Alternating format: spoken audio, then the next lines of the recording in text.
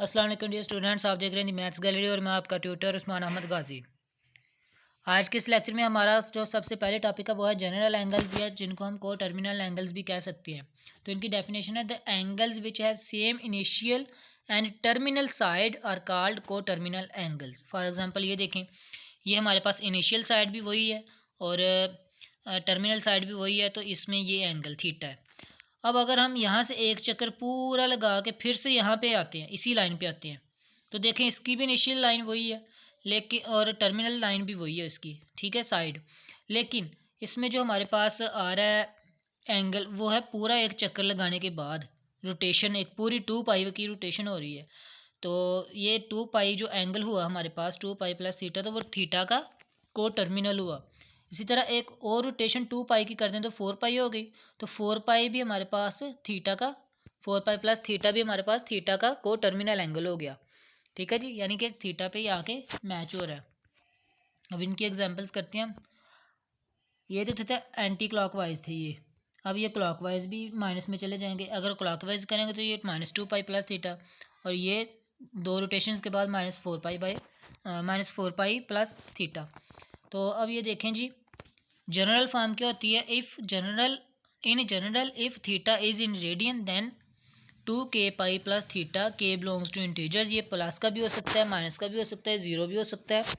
Is an angle को terminal with theta, यानी कि कोई भी एंगल जो कि हमारे पास 2 पाई के बाद रोटेशन के बाद आता है ना, तो उसको हम जनरल फॉर्म में ऐसे लिख सकते हैं। ठीक है जी, 2k पाई प्लस थीटा, अगर यानी कि 2k पाई यानी कि 360 का मल्टीपल या 2 पाई का मल्टीपल एंगल के बाद जितना भी एंगल हमारे पास इधर बचेगा ना, तो हम कहेंगे कि जो टोटल एंगल है ना वो इस एंगल का मल्टीपल है थीटा का।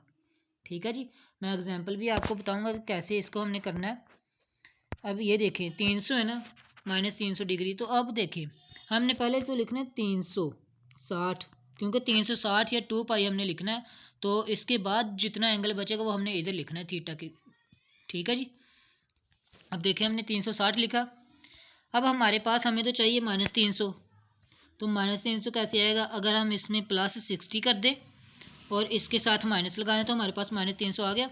अब ये देखिए 2 पाई है ना, ये 2 पाई का मल्टीपल है, -2 पाई आ गया, और प्लस थीटा हमारे पास क्या आया जी 60। तो इसका मतलब ये जो -300 है ना, तो ये 60 का को टर्मिनल एंगल है।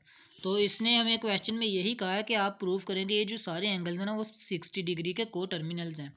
इसी तरह आपने 420 को भी करना, आपने सबसे पहले लिखना है 360। 360 में कितने ऐड करेंगे कि हमारे पास 420 बने, +60 ही करेंगे तो आपके पास 420 बन जाएगा। तो इसका मतलब ये एंगल भी 60 का को टर्मिनल है। अब देखें ये जो हमारे पास 13 पाई/3 है, इसको आप चाहे पहले रेडियंस में चेंज कर ले फिर लिखें, या चाहे आप इसको ऐसे यहाँ से आप शॉर्टकट बता सकते हैं कि जिसमें पाई/3 आ रहा है ना, तो वो 60 डिग्री के इक्वल ही होता है। ये भी पाई/3, ये भी 60 डिग्री होता है। क्यों, इसको डिग्री में चेंज कर ले, हमने प्रीवियस लेक्चर में सीखा है डिग्री में कैसे चेंज करते हैं। 180/पाई से मल्टीप्लाई करवा देना, पाई से पाई कैंसिल, 3 1 3, 3 6 8, 18 और 7 0, तो ये 60 डिग्री। तो ये जो हमारे पास पाई में जो 7 एंगल होता है ना, तो सारा और ओवरऑल एंगल इसका को टर्मिनल ही होता है। ठीक है जी, अब चलते हैं जी नेक्स्ट। ये देखिए आप लोग, इन्होंने सॉल्व भी किया हुआ है। ठीक है जी, पाई/3 इन्होंने बाहर निकाला है इसे, तो यहाँ से देखें उन्होंने एज इट इज़ लिखा हुआ है कि 60 डिग्री।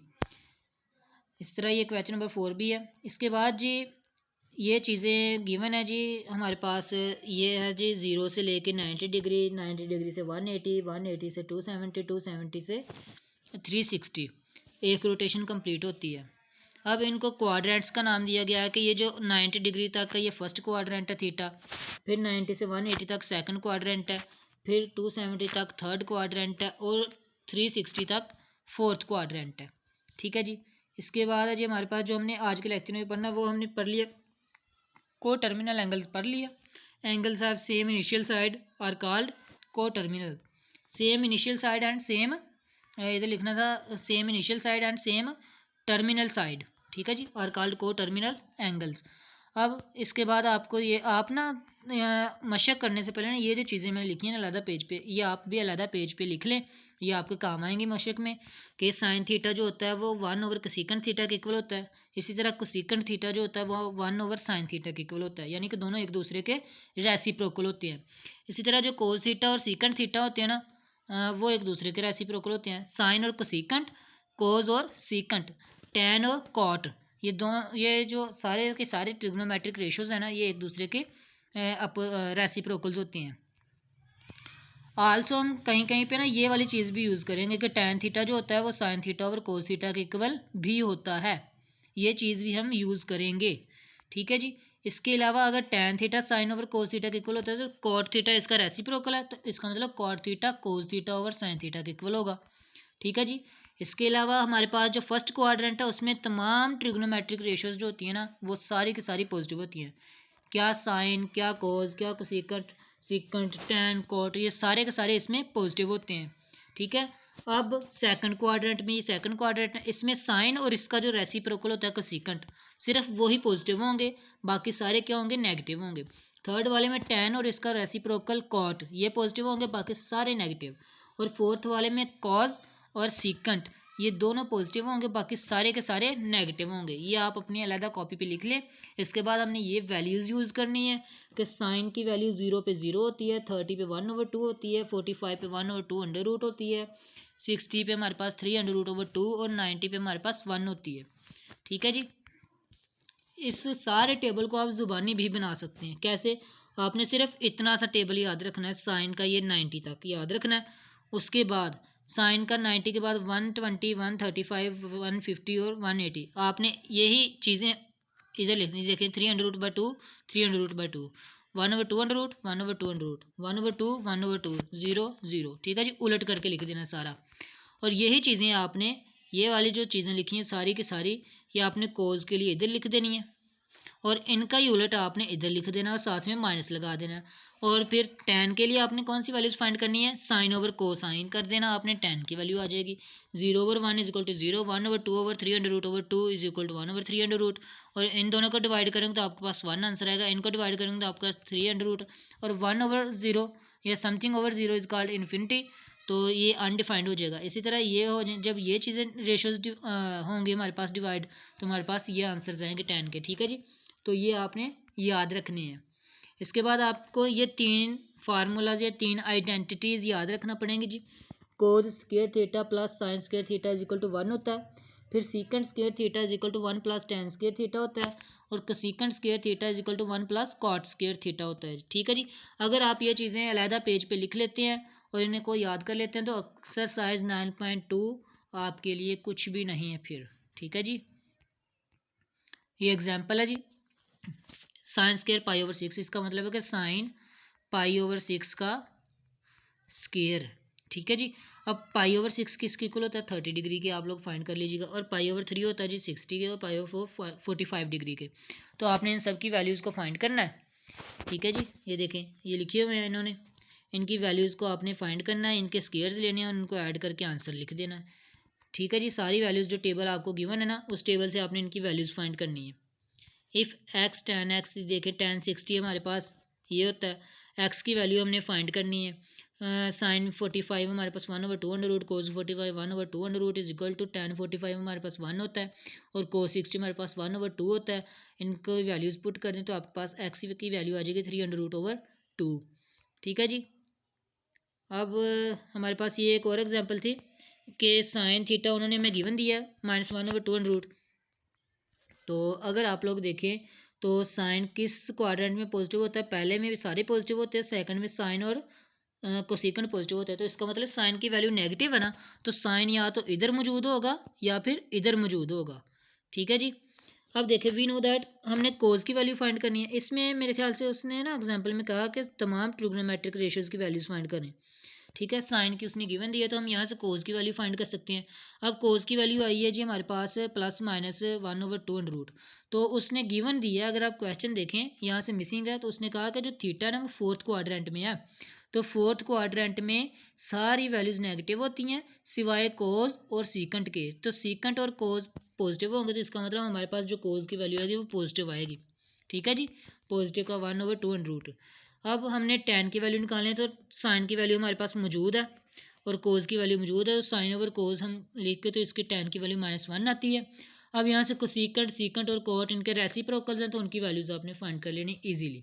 ठीक है जी, मेन चीज़ें जी आपके पास साइन, कोस और tan की वैल्यूज फाइंड करना, बाकी तो उनको रेसिप्रोकल्स हैं।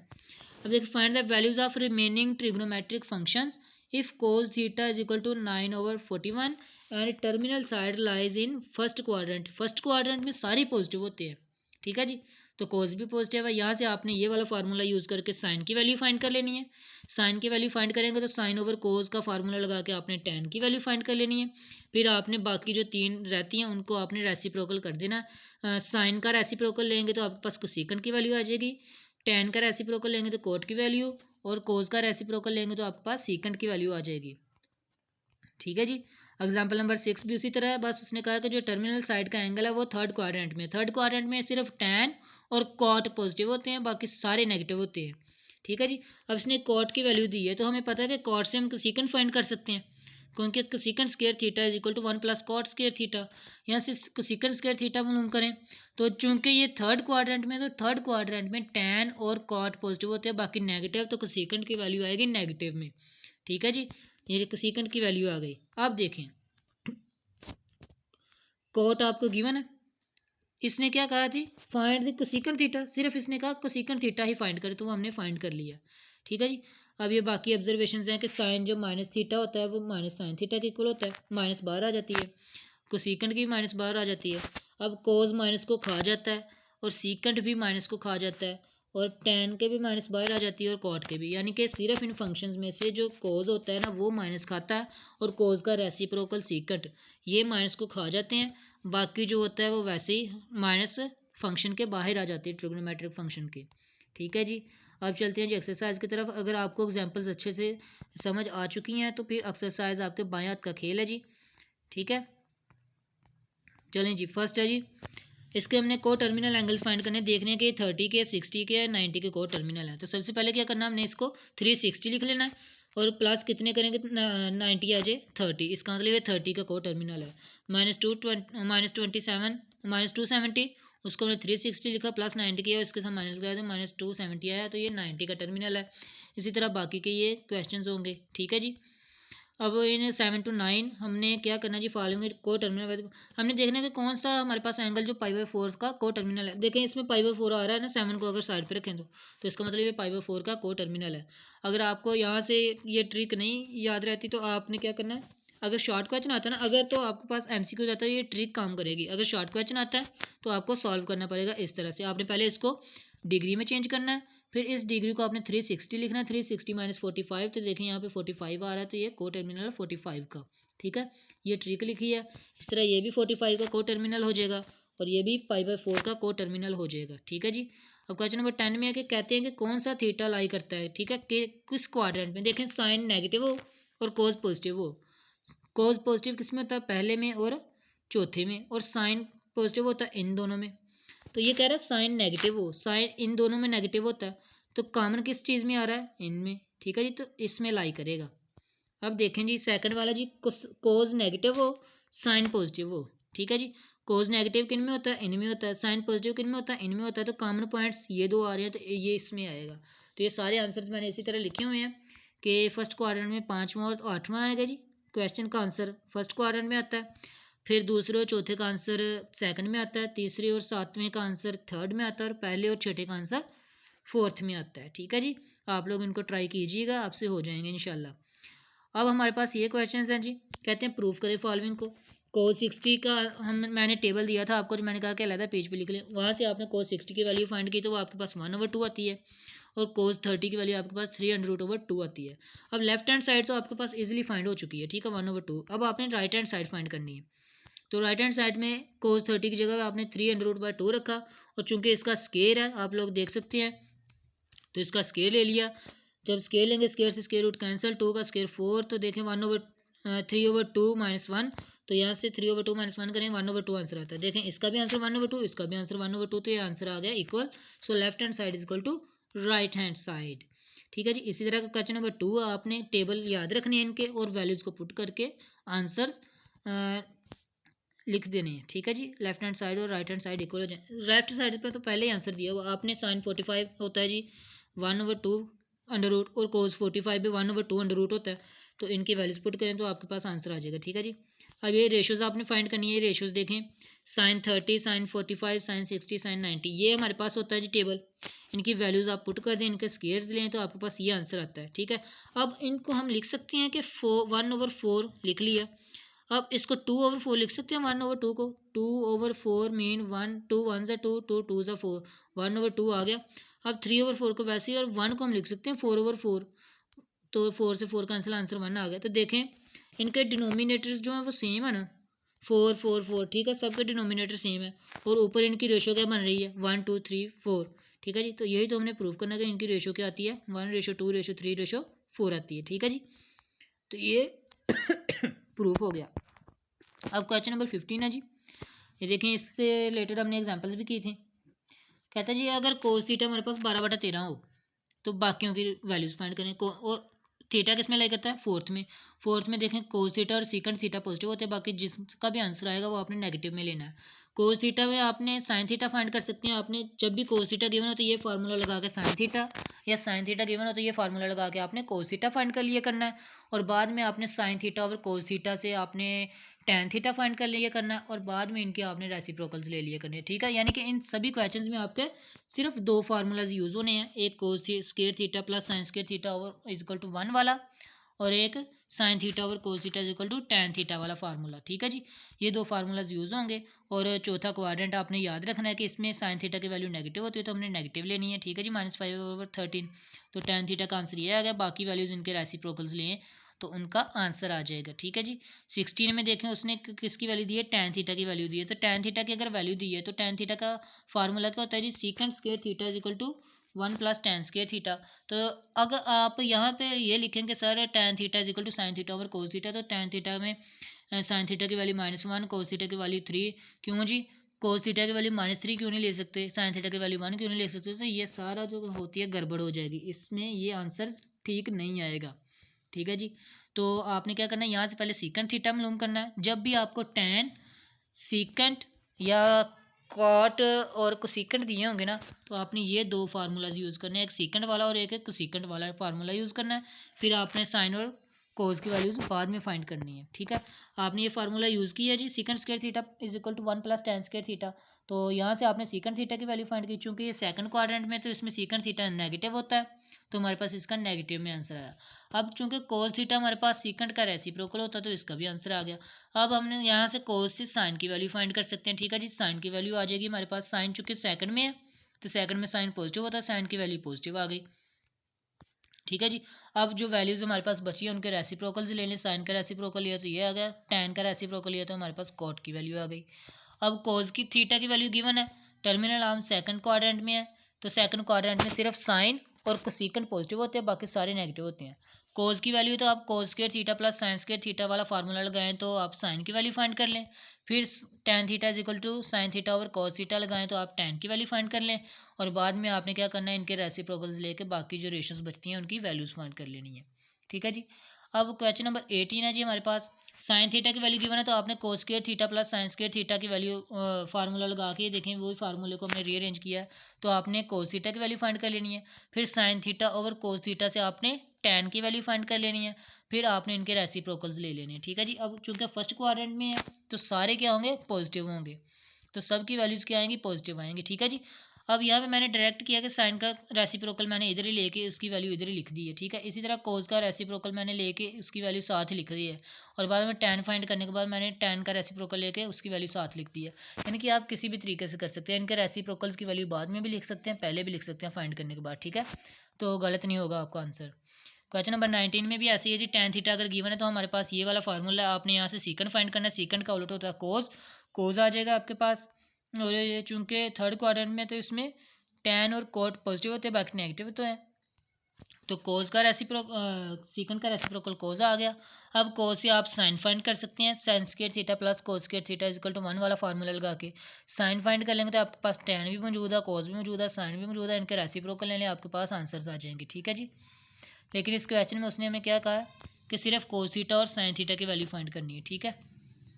अब देखें जी क्वेश्चन नंबर 20 है जी, साइन थीटा की वैल्यू गिवन है, तो आप यहाँ पे sine square theta plus cos square theta की वैल्यू लगा के तो आंसर लगा देंगे। देखिए sine theta is equal to -5 और 13 is negative, so sine theta is not in first quadrant and second. उसने ये नहीं कहा कि किस क्वाड्रेंट में है, उसने कहा कि वो थर्ड में नहीं है। अब बताएं वो किस क्वाड्रेंट में हो सकता है, थर्ड में तो नहीं है, साइन नेगेटिव है ना, तो साइन किस में नेगेटिव होता है, थर्ड में नेगेटिव होता है और फोर्थ में नेगेटिव होता है। ठीक है जी, थर्ड में नेगेटिव होता है और फोर्थ में, तो वो कह रहा है थर्ड में तो नहीं, तो इसका मतलब थीटा फोर्थ क्वाड्रेंट में है। तो फोर्थ क्वाड्रेंट में सिर्फ कोस थीटा और सीकंड थीटा पॉजिटिव होते हैं, बाकी सारे नेगेटिव होते हैं।